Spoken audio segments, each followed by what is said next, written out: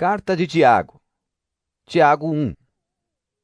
Eu, Tiago, servo de Deus e do Senhor Jesus Cristo, envio saudações a todo o povo de Deus espalhado pelo mundo inteiro.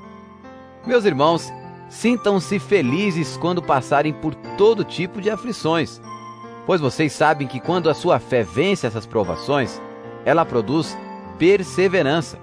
Que essa perseverança seja perfeita, a fim de que vocês sejam maduros e corretos, não falhando em nada. Mas, se alguém tem falta de sabedoria, peça a Deus, e Ele a dará porque é generoso, e dá com bondade a todos. Porém, peçam com fé, e não duvidem de modo nenhum, pois quem duvida é como as ondas do mar, que o vento leva de um lado para o outro. Quem é assim, não pense que vai receber alguma coisa do Senhor, pois não tem firmeza e nunca sabe o que deve fazer. O irmão que é pobre deve ficar contente quando Deus faz com que melhore de vida. E quem é rico deve sentir o mesmo quando Deus faz com que piore de vida. Pois quem é rico desaparecerá como a flor da erva do campo. Quando o sol brilha forte e o seu calor queima a planta, aí a flor cai, e a sua beleza é destruída. Do mesmo modo, quem é rico será destruído no meio dos seus negócios. Feliz é aquele que nas aflições continua fiel, porque depois de sair aprovado dessas aflições, receberá como prêmio a vida que Deus promete aos que o amam. Quando alguém for tentado, não diga, esta tentação vem de Deus, pois Deus não pode ser tentado pelo mal, e Ele mesmo não tenta ninguém. Mas as pessoas são tentadas quando são atraídas e enganadas pelos seus próprios maus desejos. Então, esses desejos fazem com que o pecado nasça, e o pecado, quando já está maduro, produz a morte. Não se enganem, meus queridos irmãos. Tudo de bom que recebemos e tudo que é perfeito vem do céu, vem de Deus, o Criador das luzes do céu. Ele não muda, nem varia de posição, o que causaria a escuridão. Pela sua própria vontade, Ele fez com que nós nascêssemos por meio da palavra da verdade, a fim de ocuparmos o primeiro lugar entre todas as suas criaturas. Lembrem disto, meus queridos irmãos.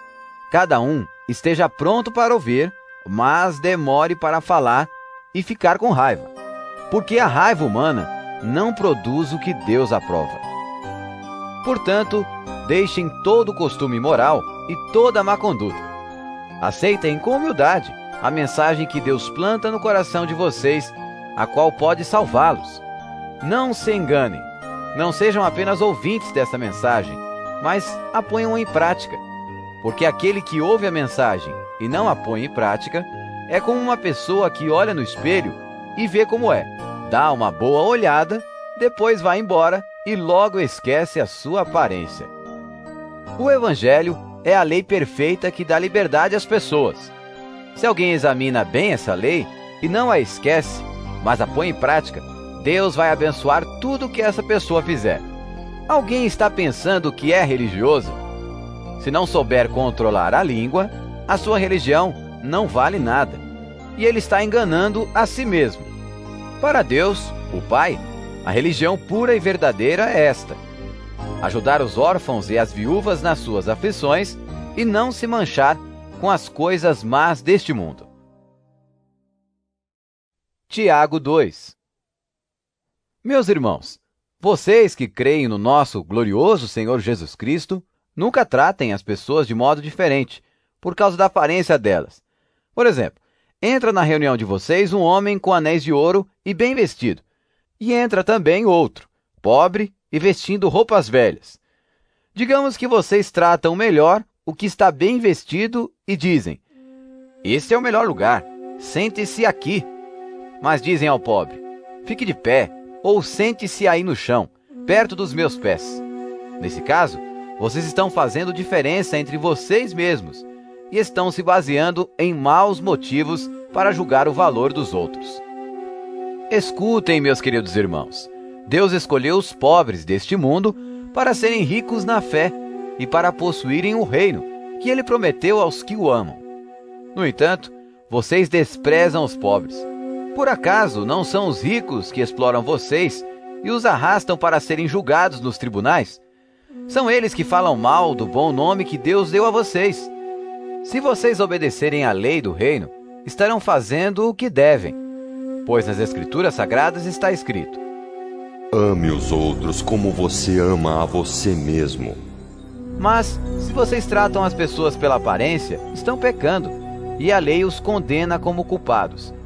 Porque quem quebra um só mandamento da lei é culpado de quebrar todos. Pois o mesmo que disse: não cometa adultério. Também disse: não mate. Mesmo que você não cometa adultério, será culpado de quebrar a lei se matar. Falem e vivam como pessoas que serão julgadas pela lei, que nos dá a liberdade. Quando Deus julgar, não terá misericórdia das pessoas que não tiveram misericórdia dos outros. Mas as pessoas que tiveram misericórdia dos outros não serão condenadas no dia do juízo final. Meus irmãos, que adianta alguém dizer que tem fé se ela não vier acompanhada de ações? Será que essa fé pode salvá-lo? Por exemplo, pode haver irmãos ou irmãs que precisam de roupa e que não têm nada para comer. Se vocês não lhes dão o que eles precisam para viver, não adianta nada dizer: que Deus os abençoe, vistam agasalhos e comam bem. Portanto, a fé é assim: se não vier acompanhada de ações, é coisa morta. Mas alguém poderá dizer: você tem fé e eu tenho ações. E eu respondo: então me mostre como é possível ter fé sem que ela seja acompanhada de ações. Eu vou lhe mostrar a minha fé por meio das minhas ações. Você crê que há somente um Deus? Ótimo! Os demônios também creem e tremem de medo. Seu tolo, vou provar-lhe que a fé sem ações não vale nada. Como é que o nosso antepassado Abraão foi aceito por Deus? Foi pelo que fez quando ofereceu o seu filho Isaque sobre o altar. Veja como a sua fé e as suas ações agiram juntas. Por meio das suas ações, a sua fé se tornou completa. Assim aconteceu o que as Escrituras Sagradas dizem: Abraão creu em Deus, e por isso Deus o aceitou.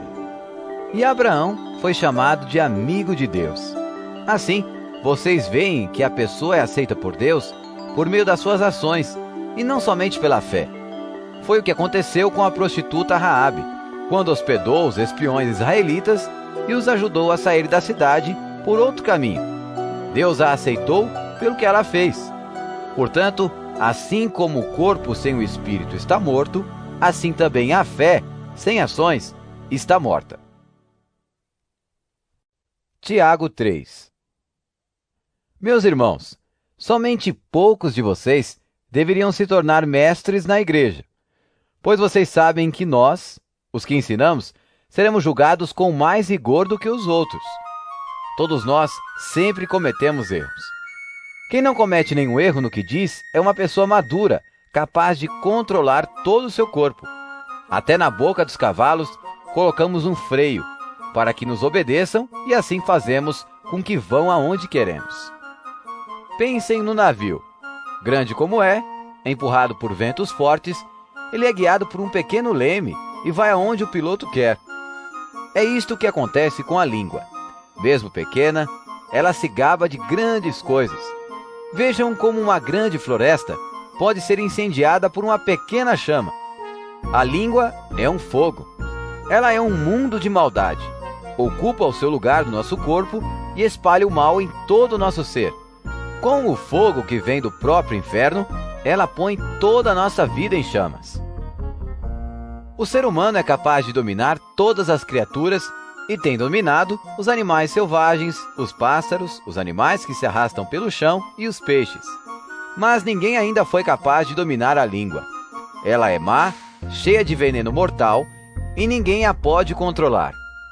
Usamos a língua tanto para agradecer ao Senhor e Pai, como para amaldiçoar as pessoas, que foram criadas parecidas com Deus. Da mesma boca saem palavras tanto de agradecimento como de maldição. Meus irmãos, isso não deve ser assim. Por acaso, pode a mesma fonte jorrar água doce e água amarga? Meus irmãos, por acaso pode uma figueira dar azeitonas ou um pé de uva dar figos? Assim, Também uma fonte de água salgada não pode dar água doce.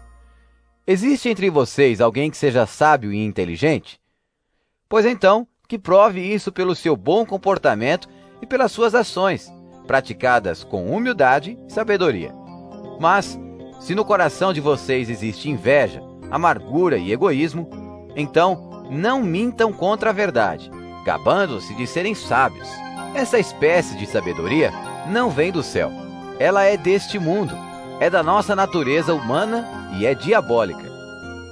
Pois, onde há inveja e egoísmo, há também confusão e todo tipo de coisas más. A sabedoria que vem do céu é, antes de tudo, pura, e é também pacífica, bondosa e amigável.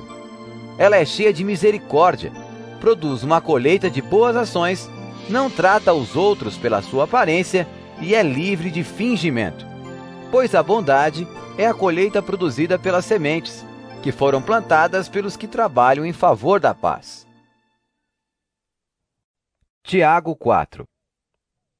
De onde vêm as lutas e as brigas entre vocês? Elas vêm dos maus desejos que estão sempre lutando dentro de vocês. Vocês querem muitas coisas, mas, como não podem tê-las, estão prontos até para matar a fim de consegui-las. Vocês as desejam ardentemente, mas como não conseguem possuí-las, brigam e lutam. Não conseguem o que querem porque não pedem a Deus. E quando pedem, não recebem, porque os seus motivos são maus. Vocês pedem coisas a fim de usá-las para os seus próprios prazeres. Gente infiel! Será que vocês não sabem que ser amigo do mundo é ser inimigo de Deus? Quem quiser ser amigo do mundo, se torna inimigo de Deus. Não pensem que não quer dizer nada esta passagem das Escrituras Sagradas. O espírito que Deus pôs em nós está cheio de desejos violentos. Porém, a bondade que Deus mostra é ainda mais forte, pois as Escrituras Sagradas dizem: Deus é contra os orgulhosos, mas é bondoso com os humildes. Portanto, obedeçam a Deus e enfrentem o diabo, que ele fugirá de vocês. Cheguem perto de Deus, e ele chegará perto de vocês. Lavem as mãos, pecadores. Limpem o coração, hipócritas. Fiquem tristes, gritem e chorem. Mudem as suas risadas em choro e a sua alegria em tristeza. Humilhem-se diante do Senhor, e ele os colocará numa posição de honra. Meus irmãos, não falem mal uns dos outros. Quem fala mal do seu irmão em Cristo ou o julga, está falando mal da lei e julgando-a. Pois se você julga a lei, então já não é uma pessoa que obedece à lei, mas é alguém que a julga. Deus é o único que faz as leis e o único juiz. Só ele pode salvar ou destruir. Quem você pensa que é para julgar os outros? Agora escutem, vocês que dizem: hoje ou amanhã iremos a tal cidade, e ali ficaremos 1 ano fazendo negócios e ganhando muito dinheiro. Vocês não sabem como será a sua vida amanhã, pois vocês são como uma neblina passageira, que aparece por algum tempo e logo depois desaparece. O que vocês deveriam dizer é isto: se Deus quiser, estaremos vivos e faremos isto ou aquilo. Porém, vocês são orgulhosos e vivem se gabando. Todo esse orgulho é mau. Portanto, comete pecado a pessoa que sabe fazer o bem e não faz. Tiago 5. Agora, ricos, escutem. Chorem e gritem pelas desgraças que vocês vão sofrer. As suas riquezas estão podres, e as suas roupas finas estão comidas pelas traças. O seu ouro e a sua prata estão cobertos de ferrugem, e essa ferrugem será testemunha contra vocês, e como fogo comerá o corpo de vocês. Nesses últimos tempos, vocês têm amontoado riquezas, e não têm pago os salários das pessoas que trabalham nos seus campos. Escutem as suas reclamações. Os gritos dos que trabalham nas colheitas têm chegado até os ouvidos de Deus, o Senhor Todo-Poderoso. Vocês têm tido uma vida de luxo e prazeres aqui na terra, e estão gordos como gado pronto para o matadouro. Vocês têm condenado e matado os inocentes, e eles não podem fazer nada contra vocês. Por isso, irmãos, Tenham paciência até que o Senhor venha. Vejam como o lavrador espera com paciência que a sua terra dê colheitas preciosas. Ele espera pacientemente pelas chuvas do outono e da primavera. Vocês também precisam ter paciência. Não desanimem, pois o Senhor virá logo. Irmãos, não se queixem uns dos outros para não serem julgados por Deus. O juiz está perto, pronto para vir. Lembrem dos profetas que falaram em nome do Senhor e os tomem como exemplo de paciência nos momentos de sofrimento. E nós achamos que eles foram felizes por terem suportado o sofrimento com paciência. Vocês têm ouvido a respeito da paciência de Jó e sabem como no final Deus o abençoou, porque o Senhor é cheio de bondade e de misericórdia. Acima de tudo, meus irmãos, quando vocês prometerem alguma coisa, não jurem pelo céu, nem pela terra, nem por nada mais. Digam somente sim quando for sim, e não quando for não, para que Deus não os condene. Se algum de vocês está sofrendo, ore. Se alguém está contente, cante hinos de agradecimento. Se algum de vocês estiver doente, que chame os presbíteros da igreja para que façam oração e ponham azeite na cabeça dessa pessoa em nome do Senhor. Essa oração, feita com fé, salvará a pessoa doente. O Senhor lhe dará saúde e perdoará os pecados que tiver cometido. Portanto, confessem os seus pecados uns aos outros e façam oração uns pelos outros, para que vocês sejam curados. A oração de uma pessoa obediente a Deus tem muito poder. O profeta Elias era um ser humano como nós. Ele orou com fervor para que não chovesse, e durante 3 anos e meio não choveu sobre a terra. Depois orou outra vez e então choveu, e a terra deu a sua colheita. Meus irmãos, se algum de vocês se desviar da verdade e outro o fizer voltar para o bom caminho, lembrem disto.